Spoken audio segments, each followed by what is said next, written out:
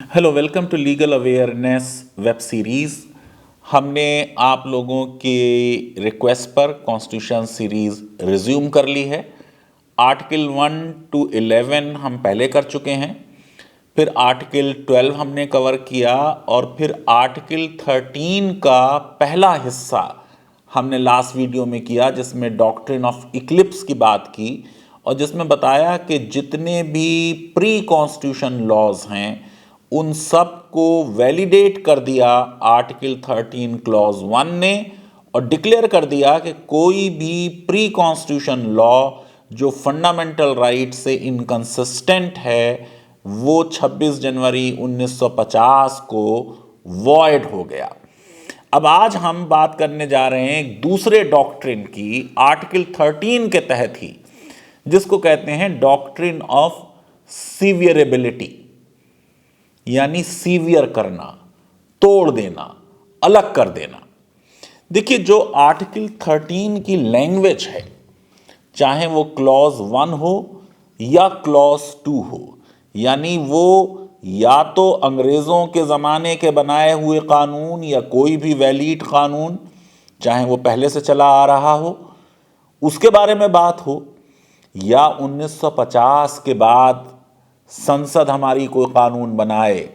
और आपको मालूम है 1950 से 1952 तक तो स्वयं संविधान सभा देश की संसद की तरह कार्य कर रही थी और संविधान सभा के बनाए कानूनों को भी चुनौती दी जा रही थी। तो जो इसमें क्रूशियल वर्ड है उसको समझने की ज़रूरत है, और मैं बार बार कह रहा हूं कि जो देश की आम जनता है, कॉम्पिटिटिव एग्जामिनेशन वाले बच्चों के लिए तो ये रेलिवेंट है ही, लेकिन उनको भी समझना चाहिए कि स्कीम क्या है। जब हम लॉ को कहीं पर हमें समझने में दिक्कत होती है, या वो citizenship, NRC, personal law, uniform civil code, Hindu राष्ट्र, सेकुलरिज्म, इससे रिलेटेड टॉपिक नहीं है, हम उसे छोड़ देते हैं, इसलिए हम लीगली इग्नोरेंट होते हैं। और जब आप लॉ नहीं जानेंगे तो आपके राइट्स का वायलेशन होगा। अगर आप अपने राइट्स को जानेंगे तो आप उन राइट्स को क्लेम कर पाएंगे। अगर एक राइट सोसाइटी बनानी है तो फिर अपने हुकूक को जानना जरूरी है, इसलिए इस लॉ को समझने की कोशिश कीजिए। आर्टिकल 13 में यह कहा गया कि all laws in force in the territory of India immediately before the commencement of this constitution in so far they are inconsistent। ये जो एक्सप्रेशन है, in so far they are inconsistent, इसको माइंड में रखें। With the provisions of this part shall to the extent of such inconsistency, in so far they are inconsistent, to the extent of inconsistency, ये दो expressions जो article 13 clause 1 में आए और फिर क्लॉज 2 में to the extent of contravention. कोई भी लॉ ऐसा अगर बनाया जाता है जो मौलिक अधिकारों के विरुद्ध है, to the extent of contravention, वो वॉइड होगा। यानी आर्टिकल 13 स्वयं अपने आप ये बात डिक्लेयर कर रहा है कि अगर कोई लॉ किसी फंडामेंटल राइट के विरुद्ध है तो पूरा लॉ इनवैलिड नहीं होता।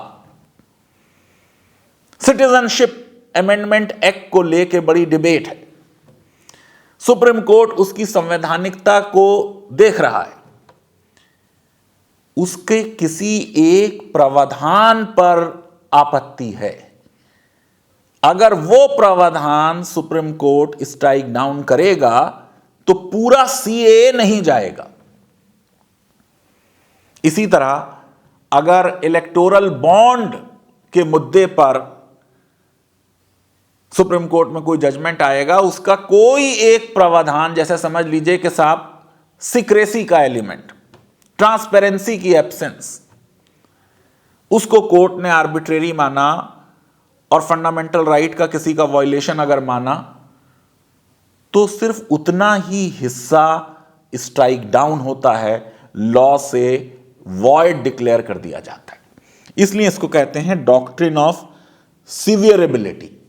सीवियर किया जाए किसी कानून का वो हिस्सा जो मौलिक अधिकारों का हनन करता है उस हिस्से से जो हनन नहीं करता अलग कर दिया जाए, और अलग करके जो ये पार्ट अलग किया गया है इसको इनवैलिड कोड डिक्लेयर करें।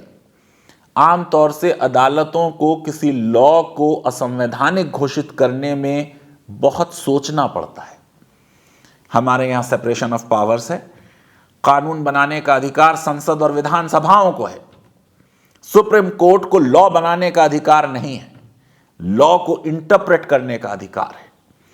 इसलिए सुप्रीम कोर्ट जब किसी लॉ की संवैधानिकता को देखेगी तो सबसे पहले बर्डन आपके ऊपर होगा जो चैलेंज करने जा रहा है कि आप साबित करें कि वो अनकॉन्स्टिट्यूशनल है, क्योंकि कोर्ट इस प्रिजम्पशन से चलेगी कि लॉ कॉन्स्टिट्यूशनल है। मैं समझता हूं ये तो एक फेयर लॉ है कि संसद और विधानसभाएं तो ये जानती हैं संविधान क्या है, तो जब वो कानून बनाती हैं तो उन्हें मालूम होता है कि ये संविधान के अनुसार है। अब अगर कोई ये कह रहा है ये संविधान के अनुसार नहीं है, जैसा कि सीएए के बारे में बहुत लोगों ने लिखा कि ये लॉ है जो डिस्क्रिमिनेट कर रहा है only on the basis of religion, तो वो लोग साबित करें कि ये डिस्क्रिमिनेट कर रहा है।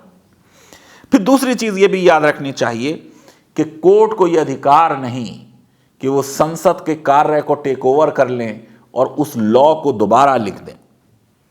इसलिए लेजिस्लेटिव इंटेंट, किसी भी लॉ को बनाने में संसद का या विधानसभा का इंटेंशन क्या था, वो मेन टच स्टोन होता है जब आपको किसी लॉ की संवैधानिकता को देखना है।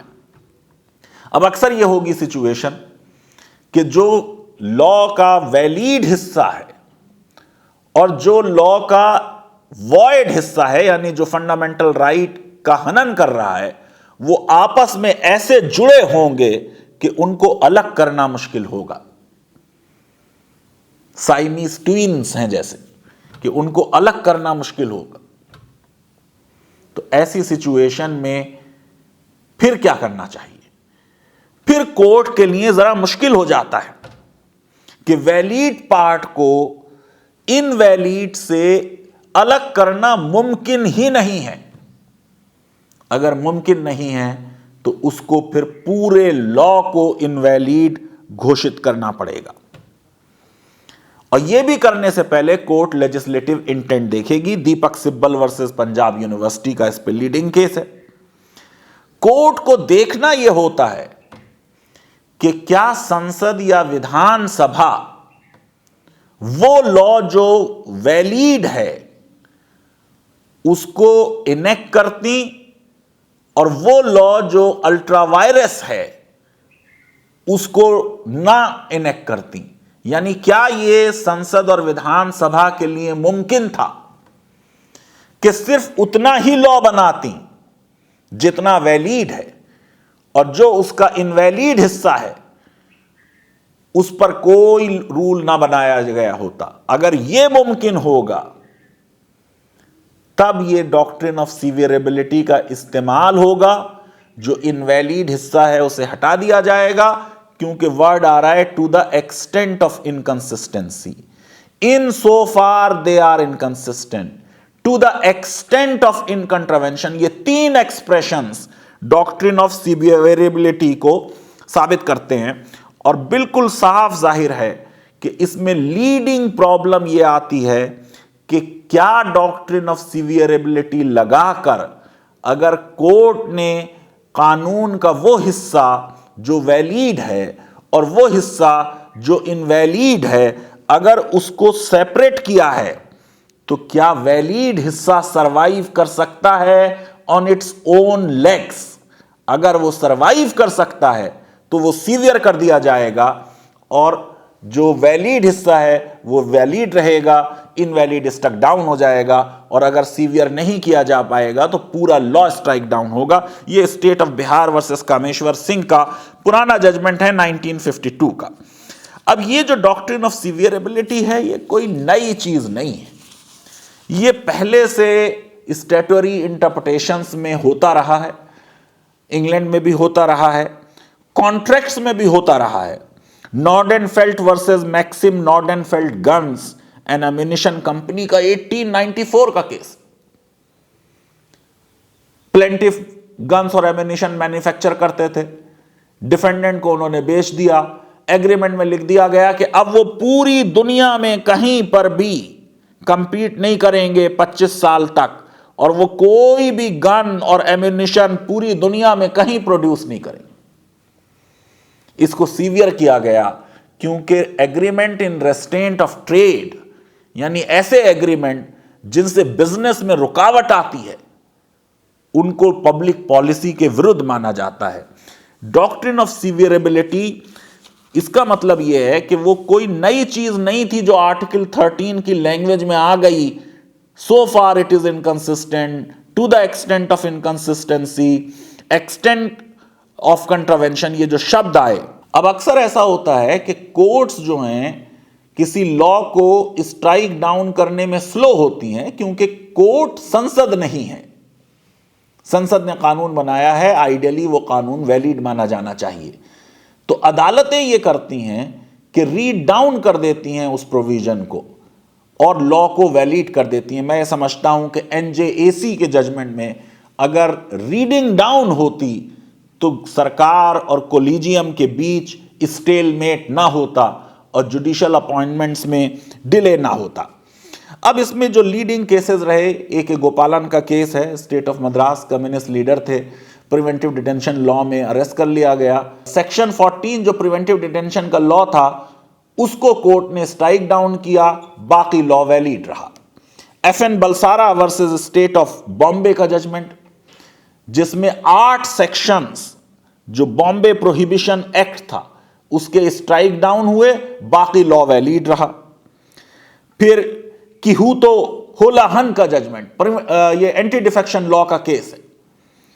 इसमें एक प्रावधान उसका जो आर्टिकल 368 क्लॉज 2 जिसमें रेटिफिकेशन रिक्वायर्ड था असेंबलीज का, वो रिक्वायरमेंट पूरा नहीं हुआ था, इसलिए उस क्लॉज को स्ट्राइक डाउन किया, बाकी लॉ वैलिड रहा।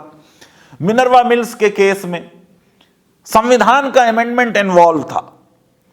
उस अमेंडमेंट का सेक्शन 5 और 55 42nd अमेंडमेंट का स्ट्राइक डाउन हुआ और बाकी आपको मालूम है 42nd अमेंडमेंट वैलिड रहा, जिसने सेकुलरिज्म किया, जिसने फंडामेंटल ड्यूटीज दी और बहुत सी चीजें की। 42nd अमेंडमेंट को मिनी कॉन्स्टिट्यूशन कहते हैं। तो आज हमने ये समझा कि डॉक्ट्रिन ऑफ सीवियरेबिलिटी तो जो टेक्स्ट है आर्टिकल 13 की, उसमें जो शब्द यूज हुए हैं उन शब्दों से स्वयं निकल के आती। ये कोई नई चीज नहीं है, स्टैट्यूटरी इंटरप्रिटेशन के लोग जानते हैं, ये एक पुराना कंसेप्ट है।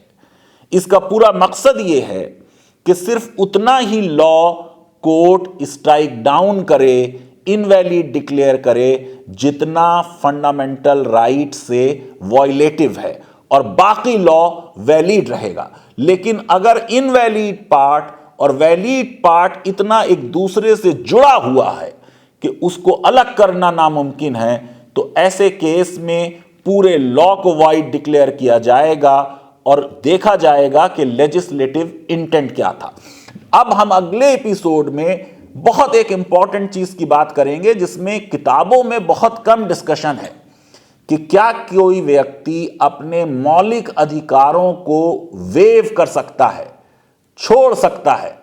यह आर्टिकल 13 का एक बहुत बड़ा कंसेप्ट है, लेकिन इसके बारे में इनफ डिटेल्स हमें किताबों में नहीं मिलती। इस एपिसोड का इंतजार कीजिए। लीगल अवेयरनेस वेब सीरीज अगर आपको पसंद आती है तो मेरी रिक्वेस्ट है कि हमारे इस वीडियो को वाइडली शेयर करें और हमारे चैनल को सब्सक्राइब करें और बेल आइकन और लाइक जरूर क्लिक करें। बहुत बहुत शुक्रिया, धन्यवाद, थैंक यू वेरी मच।